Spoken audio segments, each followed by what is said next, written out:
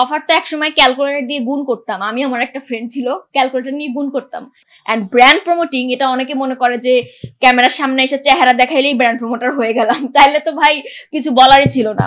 আমি ছোটবেলা থেকেই খুবই জেদি একটা মেয়ে, কারণ ছোটবেলা থেকেই আমার বংশের বড় সন্তান, সো অনেক আহ্লাদে বড় হয়েছি। কোনো কিছু হয়তো মনে মনে চিন্তা করছি, মানে এখন যেরকম আর্টিফিশিয়াল ইন্টেলিজেন্স হয় যে একটা কথা মনে মনে চিন্তা করলে কিছুক্ষণ পর ফেসবুকে দেখা যায়, সো মনে মনে চিন্তা করছি, ওই জিনিসটাই প্যারেন্টস আমাকে এনে দিছে। সো ছোটবেলা থেকে কোনো কিছুর কমতি ছাড়া বড় হয়েছি, খুব আহ্লাদে বড় হয়েছি, এবং খুব আমি একদম জেদি মেয়ে। সো ছোটবেলা থেকেও, এখন তো সোশ্যাল মিডিয়া আছে, সোশ্যাল মিডিয়া ছাড়াও আমার চলাফেরা, কথাবার্তা, পোশাক আশাক সবকিছুর ধরন নিয়ে সবারই একটা কি জানি এগেনস্টে থাকতো।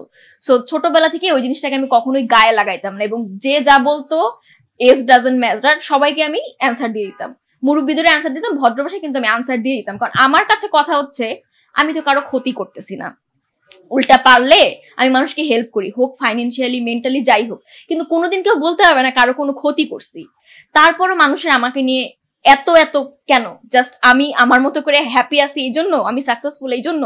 সো এটা আসলে ছোটবেলা থেকেই, সো এটা আমি কখনোই গায়ে লাগাই নাই। একদম ছোট্ট এজ থেকে আমি বলতাম যে না, আমি আমার মতোই চলবো। সো সেই বিকি এখন আমার মতোই আমি চলতেছি, এবং একটা সময় যারা এগেনস্টে ছিল তারাও এখন আমাকে নিয়ে প্রাউড ফিল করে, বিকজ আমি এমন কিছুই করতেছি না যেটা সমাজ মেনে নেবে না বা খারাপ কিছু।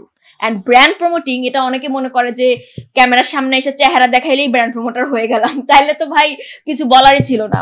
ছোটবেলায় বা ইউনিভার্সিটিতে আমরা প্রেজেন্টেশন দিতাম। সো ব্র্যান্ড প্রমোটাও কি, আমরা ব্র্যান্ডটাকে প্রেজেন্ট করি, আমাদের মাধ্যমে একটা ব্র্যান্ডের প্রেজেন্ট হচ্ছে, একটা মানুষ দেখে ভাবতেছে এখান থেকে সে প্রোডাক্টটা নিবে নাকি নিবে না। সো এই প্রেজেন্টেশনটা সুন্দরভাবে প্রফেশনালি, এটা করা সবার কথা না। এবং অনেকে আছে, অনেকের সামনে ক্যামেরা ধরলেই মুখ দিয়ে একটা কথাও বের হবে না, তারাই আবার ব্র্যান্ড প্রমোটারদের নিয়ে আজে বাজে কথা বলে। এটা জাস্ট জেলাসি, আর কিছুই না। তোরা করতে পারোস না, তোদের ব্যর্থতা, আমরা করতে পারি, আমাদের সফলতা। সবসময় তো আমাদেরকে দেখতেছে, আমাদের সবকিছু, আমরা ব্রেকফাস্ট করতেছি কি, লাঞ্চ করতেছি কি, সো এরকম দেখতে দেখতে ওদের হয়তো মনে হয় আমরা অনেক ইজি। না, আমাদেরও একটা পার্সোনাল লাইফ আছে। আর আমরা যেটা করতেছি সকালে ব্রেকফাস্ট বা লাঞ্চ, এটা তো এক ধরনের ব্লগিং। আমাদের যে কোনো ভাবেই হোক আমাদেরকে প্রমোট করতে হবে, সেটা যেভাবেই হোক না কেন। সো ওটাও কিন্তু আমরা কাজ করতেছি, কোনো মানে ঢুংঢাং বা ভুংভাং না। সো আমরা ইজি না, ওইটা আমাদের প্রফেশন। যেটা আপনাদের কাছে বিনোদন মনে হচ্ছে, এন্টারটেনমেন্ট, যেমন আমার পেজের নাম বিকি এন্টারটেনমেন্ট, আমি মানুষকে এন্টারটেন করতে ভালো লাগি, সেটা কিন্তু আমার প্রফেশন। সেখান থেকে আমার আর্নিং হচ্ছে, আমার পেজ মনিটাইজ করা, আমার ব্র্যান্ড প্রমোটিং স্পন্সরশিপ থেকে আর্নিং হচ্ছে। সো এটা আমার আর্নিং। এটা আসলে চিন্তা ধারণাটা আপনাকে চেঞ্জ করতে হবে, ঠিক আছে? We are not easy. Even এমন হবে যে ফেসবুকের বাইরে হয়তো বা লাইভে কমেন্ট করছেন দেখে আপনাকে আনসার দিচ্ছি, এর বাইরে আমার পার্সোনাল লাইফে আপনি আমার দিকে তাকাইলে হয়তো আমি মুখটাও ঘুরাই দিব। অফার তো একসময় ক্যালকুলেটর দিয়ে গুণ করতাম। আমি আমার একটা ফ্রেন্ড ছিল, ক্যালকুলেটর নিয়ে গুণ করতাম। 101টা হওয়ার পরে আর গোনা বন্ধ করে দিয়েছিলাম। তখন স্কুলে পড়তাম, মেবি এসএসসি দেই নাই, নিউ 10 হয়তো বা। যারা ভালো মানুষ, বেশিরভাগই ভালো মানুষ, কারণ ভালো মানুষ না থাকলে পৃথিবী থাকতো না। খুব ভালো লাগে এই যে মানুষ আমার একটা ভিডিও দেখে ভালো লাগতেছে। অনেকে এমনও কমেন্ট করে, আপু মনটা অনেক খারাপ ছিল, সারা রাত কান্না করছি, তোমার ভিডিও দেখে না হেসে পারলাম না। সো এই যে কমেন্ট গুলা, এগুলো তো আসলে আশীর্বাদ। আমি ছোটবেলা থেকেই কমেডি করি, অ্যাক্টিং করি, আমি নিজে খুব ফানি।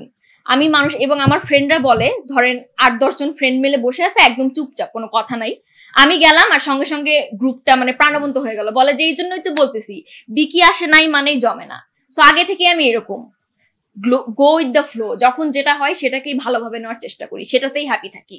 করতে গেছে, এটা আমার একটা স্মরণীয় আছে। আমার 2020 আমার বার্থডে একটা রেজর্টে করছিলাম। সো সেই রেজর্টে একটা রিলস বা ফটোশুট বা ভিডিও নিচ্ছিলাম।